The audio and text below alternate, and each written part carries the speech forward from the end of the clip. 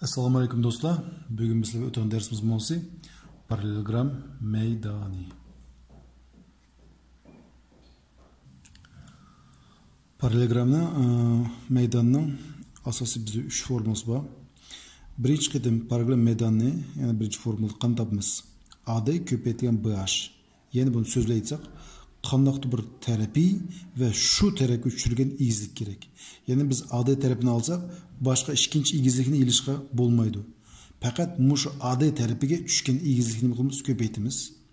Agar biz CD tarafini olsak, CD ga tushgan egizlik BM, demak CD ko'paytirilgan BM.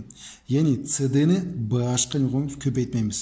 Ya'ni CD tarafiga tushgan egizlik BM, shu uchun CD ko'paytirilgan BM.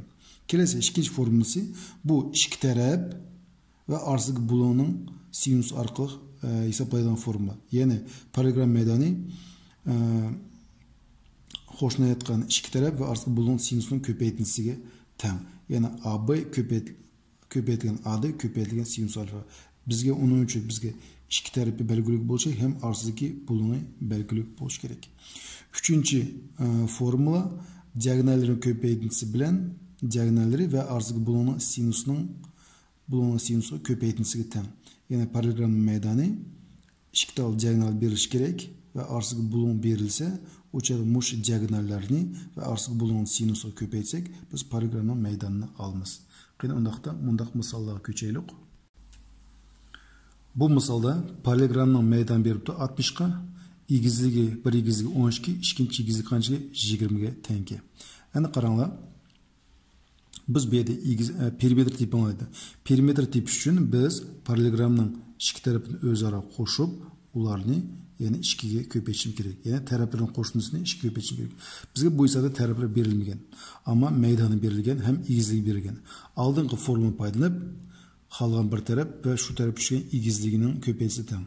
Demak, men H1 o qaysi bir taraf tushdi, H2 bu ikkinchi egizlik ikkinchi taraf tushdi. Shunday qilib, parallelogram bir egizligi bir taraf tushdi, ikkinchi egizligi ikkinchi taraf tushdi. Shu sabab men birinchi egizlik bo'yicha bir tarafini topsam, ikkinchi egizlik bo'yicha ikkinchi tarafini topa olmayman. Demak, bu formula yozgan bo'ldi. S teng A ko'paytirilgan HA deb yozgan bo'ldi. Yani S o'rniga 60 ni qo'yma, teng belgisini qo'yma, A bizda belgisiz. Ko'paytirilgan HA deb birinchi egizlikni olay, 12. Mesela A tipi uchun 60 12 bölüp ötsek A teng 5. Endi yani S teng B ko'paytirilgan HB. Yani HB deymiz. Yani şu B tarafiga tushgan egizligi degan ma'noni bildirdi. S o'rniga 60 ni qo'yamiz, teng B bizda belgisiz. HB bu ikkinchi egizlik bizda qancha? 20. Yani müşahidini B tipi üçün 60-20 bölsek 3. Biz parallelogramning ikki tarafini topdik. Demek perimetr tipi üçün 5 bilen 3'nü o'zaro qo'shib 2 ga qilamiz, ko'paytamiz. 5 3 qo'shsak 8, 2 ko'paytsak 16. Demek bu parallelogramning perimetri 16 ga teng. Kelasi bizning hisobimizda bundaq parallelogram berilgan. Bu parallelogram bir tarafi 5 to'g'risida 5. Bir egizligi 10 ga teng, hem diagonali 25 tenge. Maydon tipi olaydi. Maydon tipi uchun bu BH egizligi qaysi taraf tushdi? AD tarafiga tushdi. Shunday qo'y. Demak, men AD ko'paytirilgan BH deb bunda yozib olmayman. Endi menda BH belgilik, AD menda belgisiz. AD ni tip olsam, men ikkisini ko'paytsam maydon olaman. Endi AD ni qanday topman? Men AD kesintisini tipish uchun men AH kesintisini tipilib, andikin HD kesintisini tipilib o'zaro qo'shib o'tsam, AH HD ni. Shu chog'da meni AD kesintisi kelib chiqadi. Endi bu AH HD kesintilarini qanday topman? Bu egizlik biz bilamiz, bu 90 gradusga tushdi. Demak, biz ABH 3 bo'lug'imiz, 3 bo'lug'liq ABH 3 bo'lug'imiz bizning tik bo'lug'liq 3 bo'lug'liq. Çünkü bu yerda bulun H qancha gradusga teng? 90 gradusga teng. Demek bu tik bulun shunluqning gipotenuzi belgilik, katsiti belgilik, ikkinchi katsit tepish kerak. Yani biz Pifagor teoremini foydalanib AH kvadrat tepish uchun biz gipotenuzning kvadratidan belgilik katsitning kvadratini olamiz. Yani A B'ning kvadratidan evitimiz BH'ning kvadratini. Shu chog'da AH'ning kvadrati teng 5 to'g'ri 5 ning kvadratlab, evitimiz 10'ның kvadratını. 5'in kvadratı 25. Tomurasını 5'in kvadratlasak 5 çıkıdı. 25'ni 5 köpetsek 125. Yenilgan 10'ның kvadratı 100. Evetsek biz 25'ni almamız. Demek AH'dan kaçıge? 5'ke. Şunun okşaşla BHD 3 bulunluk qarsak, 3 bulunluk BHD'da bu bizde bulun HB'de 90 gradus. İkinci tarafı mı? Demek bu bizde tik bulunuşumluk. Bu tik bulunuşumlukның yani hipotenüz belgülük, katsiti belgülük, ikinci katsitini tepişimiz gerek. Demek HD'nin kvadrat tepiş için biz BD'nin kvadratıdan evitimiz BH'ның nemesini kvadratını. Demek HD kvadrattan 25'nin kvadratı yenilgan 10'ның kvadratı. Keçirsem maysamız durs çıkış için meni 26 koyli. Bu hesapla ben üzerine tüzgelikten selip belli hatalaşatımız. 26'nın kvadratı ile şu çağda biz hesabımız top doğru çıktı. 26'nın kvadratını evitimiz 10'nın kvadratını bizde 26 kvadratı 676 yenilgan 100 bizde kaçı oldu? 576 oldu.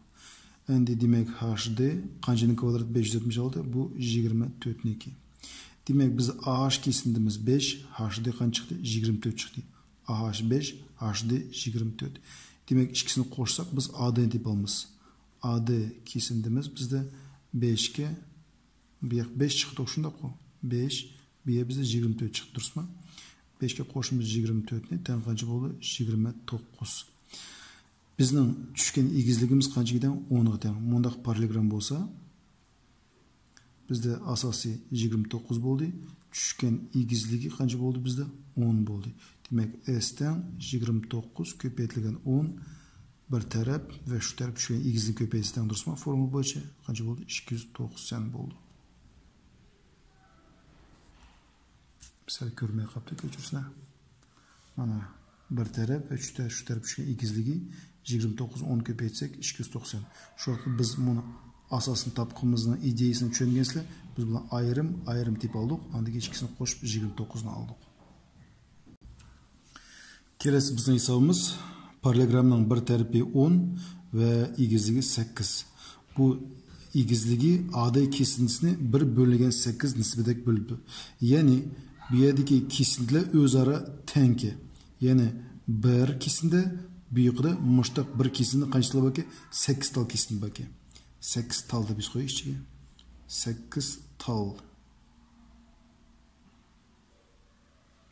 8 tal. Yani ağaç kesiniz oluşur bir 8 tal kesinde bakı. Onun için yani bu program meydan tapdaydı. Meydan tepiş için biz egizligimiz BH egizligimiz qayık düştü, AD terip düştü. Demek BH egizligini men AD kesintisini köpeytme. Benim BH kesininden belgülük, AD kesininden belgüsüz. Durusma? AD yok bizde. Onun için men ABH 3 bulunluk qarab alayı. Qarama. 3 bulunluk ABH'ni paydılma. Qanaq paydılma? ABH 3 bulunluğu bize tik bulunluk 3 bulunluk. Çünkü egizlik 90 gradus ve kep düşüdü. Bir yerdeki bulun H kaç gradus? 90 gradus. Bu tik bulunuşumluğunun hipotenüz belgülük, katsit belgülük. İkinci katsit atma. AH kvadrat tip üçün men hipotenüz kvadratıdan AB'nin kvadratının evitimiz egiz ikinci katsitin kvadratını, BH'nin kvadratını. Demek AH'nin kvadratı tam, 10'nun kvadratı ile 8'in kvadratı, 10'nun kvadratı 100, 100'ün 64'ni etsek 36. Bu şeyden AH tam kaçıge? 6'ga. Qanaqsan kvadratı 36, bu 6'nik. Demek bizim AH kesinimiz kaçıge tenki? 6'ga tenki. Yani muştaq kesinimizden kaç tal bakı bedi? 8 tal bakı. Demek biz H'den tepiş üçün 8'ni köpeytimiz 6'ga ten kaçı buldu? 48. Demek bizi H'de kaçı giden? 48'den. AH, A'dan H kaçacağız? 8. H'den D'ye kaçı? 48. Demek AH'ın A'den uzun tip üçün 8'ni 48'ni koşma koşma. 8'ni koşma 48'e. Ten kaçı buldu bizde? 56. Keçirse bize AH 6 mı? 6'nı 48 koşumuz 54 buldu. Endi biz demek AD kesintisi 54 bolsa, demek meydan tepiş üçün biz muşu 54'ni igizli qancha 8 köpeytimiz. 54 köpeytilgan 8 tan qancha bo'ldi? 54 8 köpeytsek bizde 432 bo'ldi. Demek meydan 432. Kelesi bizim bunda hesap parallelogramның bir bulunu 60 gradusga, bir tar bulunu 60 gradus. Andikin bu igizligi AH bölgen H'ti 1 bölgen 3 nisbetinde böldüke. Yani AH kesince HD'den 3S kıska, eki HD AD'den 3S uzun dep düşünkili bolu. Perimetre 24 bolsa meydan tipi olaydı. Yani qaranglar, biz ABH 3 bulunluğa qaraylık. ABH 3 bulunluğa. 3 bulunluk ABH'da bulun A biz kaç gradus? 60 gradus. Bulun H kaç gradus? 90 gradus. Demek 3 bulun 2 bulun belirli olsa uçakta bize 3. bulun B bulunu kaç gradus oldu? 60'a 190'ı koşsak 150. 3 bulun bulunu koştunuz 180. 180 150 alsam kaç gradus oldu? 30 gradus oldu. 30 gradus doğrusu biz kaydını bilmemiz. 7. sınıfta 30 bu bulun 30 gradus bolsa 30 gradus karşı etken katet hipotenuzuna 20'ga ten. Şuna koy. Demek biz bilmez A B nimge ten 2 A H'ga ten. Yani bu AH'ın 2'si uzun degan söz. Endi qaranglar. Bize en kısa kesin AH kesintisi bo'ldi. AH'ni men X deb belgilay. X deb belgilsem, bu vaqtda H'da qancha bo'ldi? 3x bo'ldi. AB bizde 2AH demek bu 2x bo'ldi. Shunda AH x bo'lsa, AD umumiy qancha x bo'lib ketdi? 4x bo'lib ketdi. Endi AB bizde 2x bo'ldi. Demek bu şeyden biz perimetr üçün mana bizde 2 tarafi 4x'ga qo'shimiz 2x'ni, andiki onu 2 köpeytsek perimetrimiz qancha? 24'ni algılı bo'ldi. Demek meşedin biz bu tanımı yersek 6x 2 köpeyse 12x 12x'ten 24'ke x'ten qanchaga 2'ga. Bu x'in cevabını apırıp bu taraflara koymiz. Şurada bizde A B tarafi 2x bo'lsa o 4'ten. Endi A D tarafi umumiy bizde 4x koy. X 3x 4x. Demek 4'nü köpeytimiz 2'ye ten qancha? 8. AD tarafi bizde 8. Endi biz 3 bulunluq ABH'da yani bizge igizlik gerek. Yani ABH 3 bulunluq yani bir qadam qarayli. 3 bulunluq ABH'da bizde bu mındaq durur mu? Mana bizim A çektimiz, mana bizim B çektimiz, mana H çektimiz. AB tarafi bizde 4 çıktı, AH tarafi kaç çıktı? 2 çıktı. Pifagor teoremasi paydalanıp ben BH igizligini tapma. Çünkü şu parallelogram meydan tapqanda bizge igizlik hem şu igizlik düşken taraf gerek. Biz AD'ni tip olduk, endi igizligini tapma. Yani bu igizlikni BH nima? ABH 3 bulunluq bo'yicha tapma. AB biz 4, AH bizde 2. BH'ni kvadrat tip üçün Pifagor teoremasi bo'yicha katin kvadrat tapqanda hipotenuz kvadratini belirli katin kvadratini aldı. 4'nin kvadratini almış, 2'nin kvadratini ten 16 ilg'an 4 ten qancha 12'ga. BH'ni tip üçün 12'ni tomir astiga alma. Yani 12'ni qanday yozgan bo'ldi? 4 ko'paytirilgan 3 deb yozgan bo'ldi. 4'ün bizde 2 tomirasi 3. Demek biz BH qancha ekan? 2 tomirasi 3 ekan. Şurada S ten AD uzunluğu bizde qancha chiqdi? 8. Köpeytimiz igizligi bizde BH qancha chiqdi? 2 tomirasi 3 chiqdi. Demek cevabı 16 tomirasi 3 bo'ldi. Kelesi bizim bu hesabımızda paralelogramның bizde diagonali geçirsem gerek. BD diagonali AD tarafiga perpendikularga. BD diagonali AD tarafiga perpendikularga. Demek bu 90 gradusga kelib tushadi shunday. Andan keyin D cho'qqisidan chiqqan egizligi, bu cho'qqi chiqqan egizlik bu qaysi taraf bo'ldi? AB tarafiga tushibdi. Hem AM, MB 9 ve 16 bo'lgan kesinlarga bo'lib o'tdi. Mush parallelogram meydan taplaydi. Endi Demek biz bayqab o'tasak, parallelogramning AB tarafini topqili bo'ldi. Ya'ni 9 16 qo'shsak qancha 25. Demak AB teng 9 qo'shilgan 16 teng 25. Endi qoida bo'yicha bir taraf ve şu tarafga tushgan egizligining ko'paytmasiga teng parallelogram maydoni. Shunday-ku. Demak, qaysi taraf olsak, şu tarafga tushgan egizlik kerak. Demak, bizga DM egizlik kerak. DM yoki MD desak bo'ladi, egizlik kerak. Endi bu MD kesintisini qanday topmay. Endi sizlar biz buni A B D 3 bunliq qarsak, ya'ni bu 3 bunliqni biz bunda qilib olaylik. Mana bizning D chekitimiz, mana bizning A, mana bizning B. Mana bizning DM kesindimiz. Shunday-ku. B bize 9 de, B bize 16 de. Endi bu bize tek bunliq, 3 bunliq. Sebebi bu şartın deydi, diagonali bir tarafga perpendikular deydi. Demek mesela DM tip üçün sizler Pifagor teoremizde mundaq formül ötdüңlar. DM-ten AM köpeytilgen MB degan mundaq formül var. Yani tek bulunuşluluğunun gipoz düşen egizligi katetlerinin proyeksiyalarının geometrik oturası boldu degan formül var. Şu DM kesiniz tip üçün tomrası da 9 köpeytilgen 16 tomrası alımız 9'dan bize 3 çıkıdı, 16'dan bize 4 çıkıdı. 3'ün 4 köpeysek 12. Demek DM kesinimiz kança 12 tane. Bu DM paralelogram nemesi egizligi.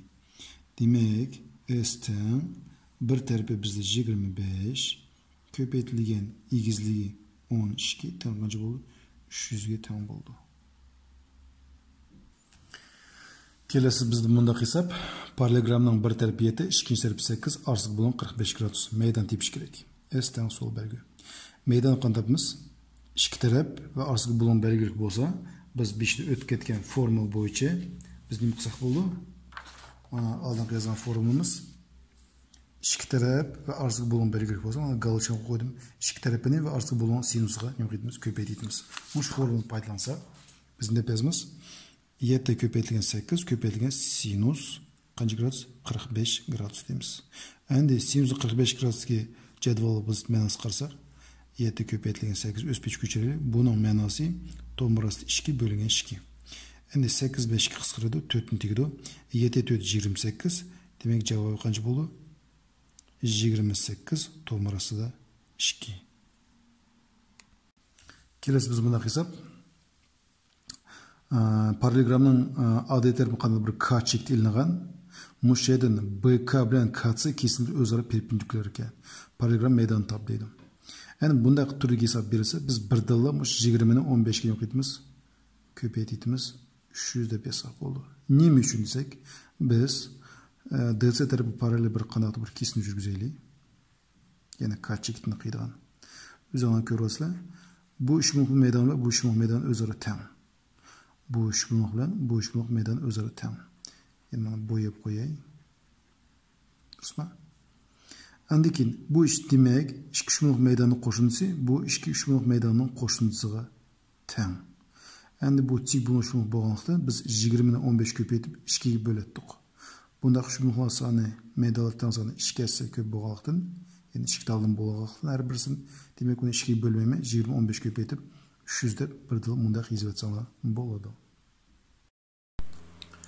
Kelasi biz bunda hisob paralelogramning bir diagonali 5 tenga, ikkinchi diagonali 7 tenga va diagonal orasiga bulan 45 gradusga. Agar buni siz aytgan bo'lsak, biz bunda bo'ldi.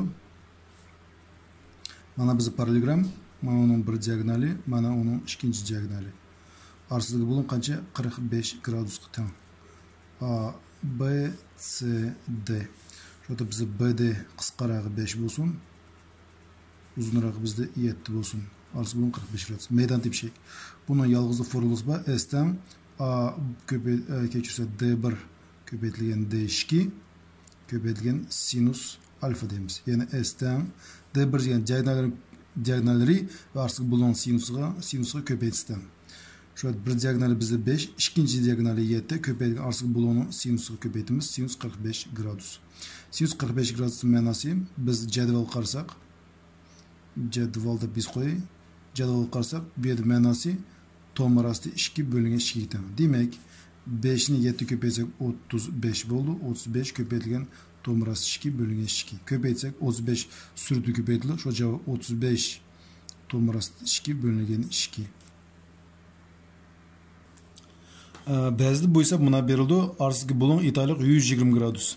Eğer bizde alfa 120 gradus verilgen olsa, demek bu keng bulun kaç gradus buldu? 120 gradus. Ayrımsız birey.